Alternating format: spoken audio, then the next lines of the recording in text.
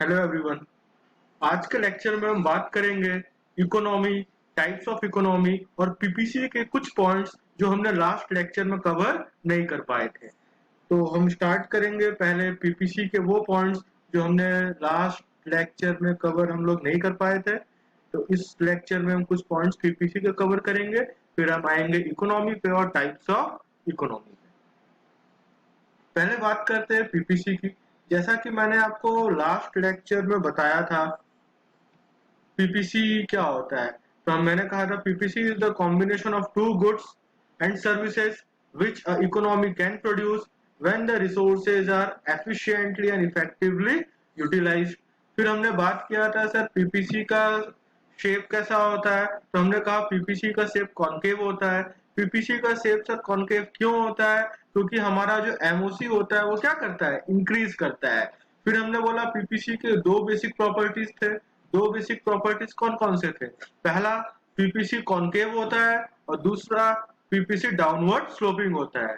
फिर हमने बात किया था PPC is also known as opportunity cost curve.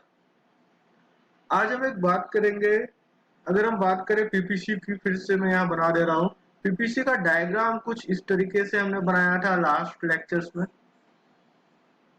ये एक्स एक्सिस और ये हो गया वाई एक्सिस और ये हो गया मेरा पीपीसी। तो एक क्वेश्चन अराइज होता है sir, any what does any point, मान लो आप तीन पॉइंट्स बनते हैं, एक पॉइंट ऑन द पीपीसी, एक पॉइंट कुछ यहाँ बन रहा है, एक पॉइंट कुछ यहाँ बन रहा है। सबकी नेमिंग कर देते हैं, point B, point D, point E. तो बात आती है sir what does point D shows.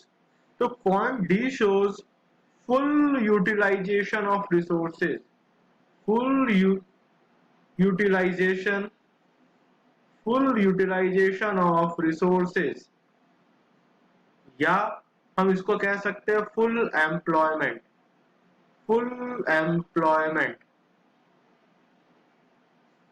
तो बात आती है तो what does the point inside the PPC indicate, मतलब पॉइंट बी क्या शो करता है?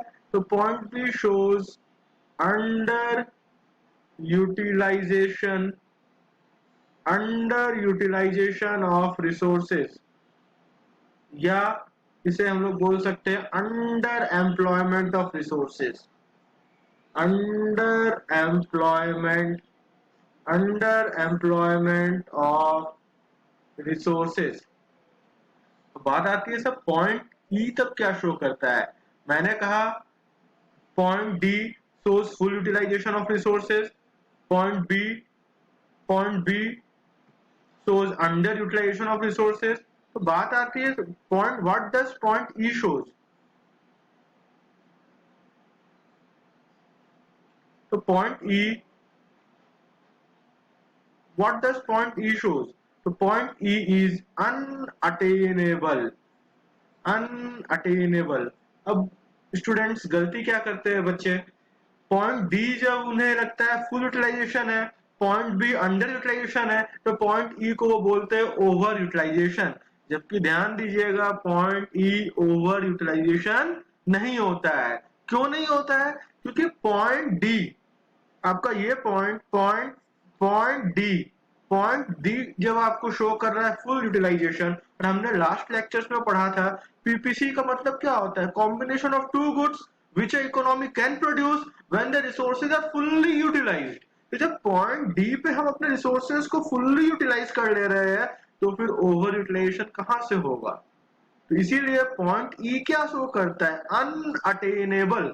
अब क्वेश्चंस आते हैं आपके, what does a point on the PPC, what does a point on the PPC indicate? तो कोई भी पॉइंट, चाहे यहां हो, चाहे यहां हो, चाहे यहां हो, चाहे यहां, any point on the PPC shows full utilization of resources, and any point inside the PPC, any point inside the PPC वो क्या शो करता है, under utilization of resources, and any point outside the PPC is unattainable। यही topic हमारे last lecture में हम cover नहीं कर पाए थे, जो हमने इस लेक्चर में कवर किया। नेक्स्ट आते हैं सर इकोनॉमी। सर इकोनॉमी क्या होता है, what do mean by economy? तो बात आती है इकोनॉमी मतलब होता है, economy is the surrounding. Economy को हम बोल सकते हैं economy is the surrounding in which human being live to earn their livelihood। For example आप ले लीजिए, ये मान एक एग्जाम्पल है रफली, ये मान लीजिए ये सराउंडिंग है, इसके अंदर ह्यूमन बींग रहते हैं, इसके अंदर ह्यूमन बींग रह रहे हैं और अपनी लाइवलीहुड को अर्न कर रहे हैं। ये सराउंडिंग, इसके अंदर ह्यूमन बींग रह रहे हैं और अपनी लाइवलीहुड को अर्न कर रहे हैं, तो इसी सराउंडिंग को हम लोग बोलते हैं इकोनॉमी। ये डेफिनेशन देखते हैं, हम कह सकते हैं it is an organisation of economic activity which provides people with the means to work and earn living. अब एक सवाल आता है, सर क्या इकोनॉमी सर क्या इकोनॉमी और इकोनॉमिक्स सर क्या इकोनॉमी और इकोनॉमिक्स क्या बोथ आर सेम, क्या दोनों सेम होता है? तो आंसर है नहीं, दोनों में अंतर होता है। Economy is a broad term. Economy economy is a broad term as compare to economics. Sir कैसे? क्योंकि इकोनॉमी का मतलब होता है सराउंडिंग। इकोनॉमी मतलब क्या हो गया, ये सराउंडिंग जहां पे ह्यूमन बींग रहते हैं अपनी लाइवलीहुड को अर्न करने के लिए, और जहां ह्यूमन बींग वहां प्रॉब्लम। सर कैसी प्रॉब्लम? क्योंकि जब ह्यूमन बींग होंगे तो ह्यूमन बींग्स की वांट्स क्या होती है? अनलिमिटेड। लेकिन रिसोर्सेज क्या होते हैं? लिमिटेड। क्योंकि ह्यूमन बींग्स की वांट अनलिमिटेड होती है, रिसोर्सेज लिमिटेड होते हैं, उसी के उनके अनलिमिटेड वांट्स को फुलफिल करने के लिए हम लोग क्या पढ़ रहे होते हैं? इकोनॉमिक्स। मैंने प्रीवियस लेक्चर्स में डिस्कस किया है। तो अल्टीमेटली इकोनॉमिक्स हम किसके अंदर पढ़ते हैं? इकोनॉमी के अंदर। तो हम कह सकते हैं economy is a broad term as compare to economics. वो क्लियर है? बात आती है सर इकोनॉमी कितने तरह की होती है? तो इकोनॉमी सर तीन तरह के होते हैं। तीन तरह के कौन कौन से? पहला इकोनॉमी वो हम लोग कहते हैं कैपिटलिस्ट इकोनॉमी, हम लोग कहते हैं कैपिटलिस्ट। दूसरा सोशलिस्ट, और एक होता है मिक्स्ड इकोनॉमी। क्या होता है कैपिटलिस्ट इकोनॉमी, क्या होता है सोशलिस्ट इकोनॉमी और क्या होता है मिक्स्ड इकोनॉमी? एक एक करके पढ़ते हैं। पहला है कैपिटलिस्ट इकोनॉमी। कैपिटलिस्ट इकोनॉमी को हम लोग बोलते हैं मार्केट इकोनॉमी। मार्केट इकोनॉमी या फ्री इकोनॉमी मतलब, तो कैपिटलिस्ट इकोनॉमी वो इकोनॉमी होती है जहां पे producers are free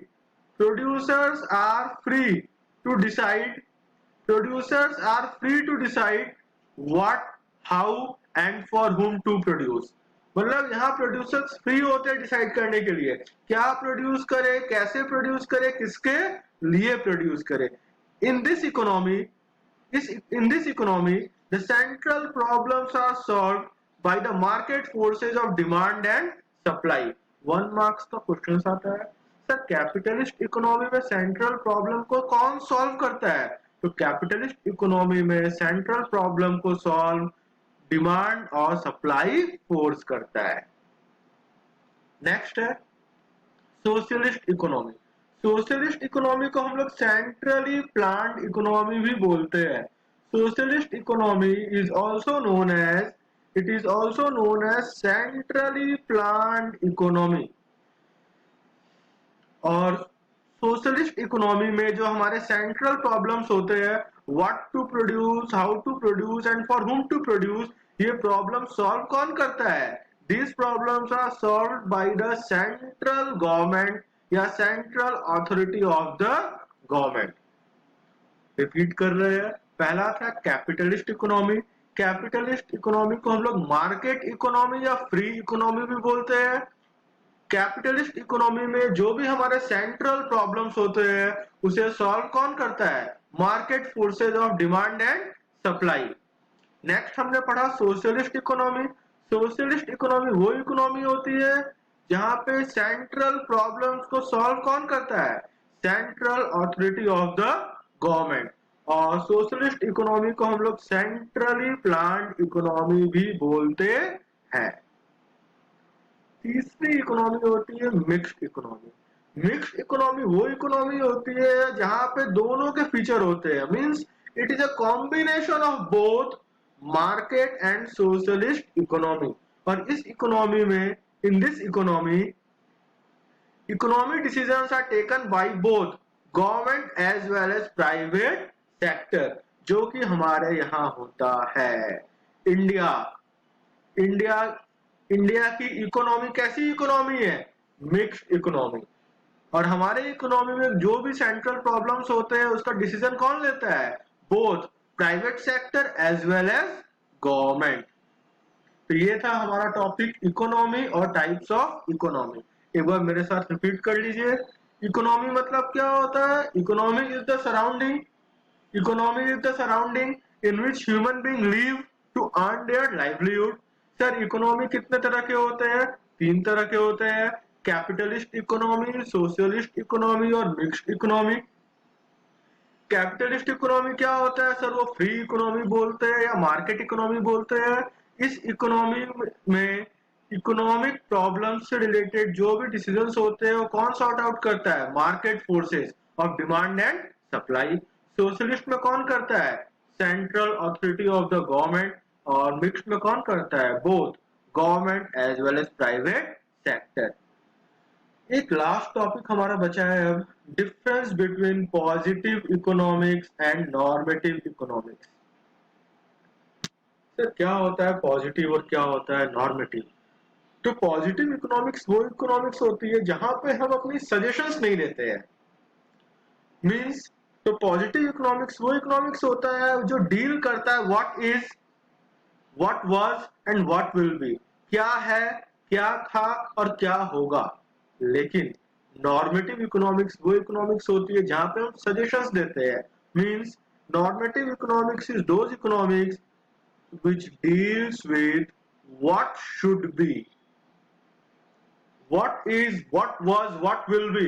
positive economics what should be, वो क्या हो जाएगा मेरा? Normative economics. दूसरा डिफरेंस देख सकते हैं हम लोग। पॉजिटिव इकोनॉमिक्स में कंपैरिजन ऑफ डेटा पॉसिबल है। हम पास्ट के डेटा को प्रेजेंट से, प्रेजेंट के डेटा को फ्यूचर के एस्टिमेट से कंपेयर कर सकते हैं। लेकिन नॉर्मेटिव इकोनॉमिक्स में डेटा कंपैरिजन पॉसिबल नहीं है। सर नॉर्मेटिव में डेटा कंपैरिजन पॉसिबल क्यों नहीं है? क्योंकि नॉर्मेटिव में हम सजेशन देते हैं और सबका सजेशन सेम नहीं होता है। सजेशन किसी इवेंट पे डिपेंड हो सकता है, इसीलिए नॉर्मेटिव इकोनॉमिक्स में हम डेटा को कंपेयर नहीं कर सकते। और लास्ट एक एग्जांपल दे सकते हैं। सर इंडिया कैसी कंट्री है? तो India is a developing country. तो वो कैसा इकोनॉमिक्स हो गया? Normative, sorry positive. India is a developing country, ये कैसा एग्जांपल हो गया? पॉजिटिव का। India should do trade with China and Pakistan, ये कैसा एग्जांपल हो गया? नॉर्मेटिव का। हो क्लियर है? तो जहां पे सेंटेंस में इज, वाज, विल बी आए, उसे हम लोग कहते हैं पॉजिटिव। जहां पे हम वर्ड का यूज करें शुड बी या शुड नॉट, जहां पे हम सजेस्ट कर रहे हैं उसको बोलते हैं नॉर्मेटिव। जैसे हम ये भी कह सकते हैं India should not do trade with China and Pakistan. India को चाइना और पाकिस्तान के साथ ट्रेड नहीं करना चाहिए। कैसी इकोनॉमिक्स हो गई? नॉर्मेटिव। तो ये था हमारा फर्स्ट चैप्टर। फर्स्ट चैप्टर में आइए एक बार बता दें हमने क्या क्या डिस्कस किया। हमने लेक्चर नंबर वन में डिस्कस किया था व्हाट इज इकोनॉमिक्स। फिर हमने डिस्कस किया था सेंट्रल प्रॉब्लम ऑफ इकोनॉमिक्स। फिर हमने डिस्कस किया micro and macro. Lecture number two में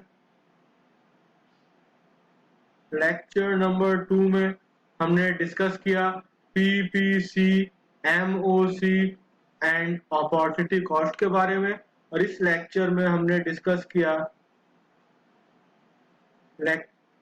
लेक्चर थर्ड में हमने डिस्कस किया economy, economy, types of economy.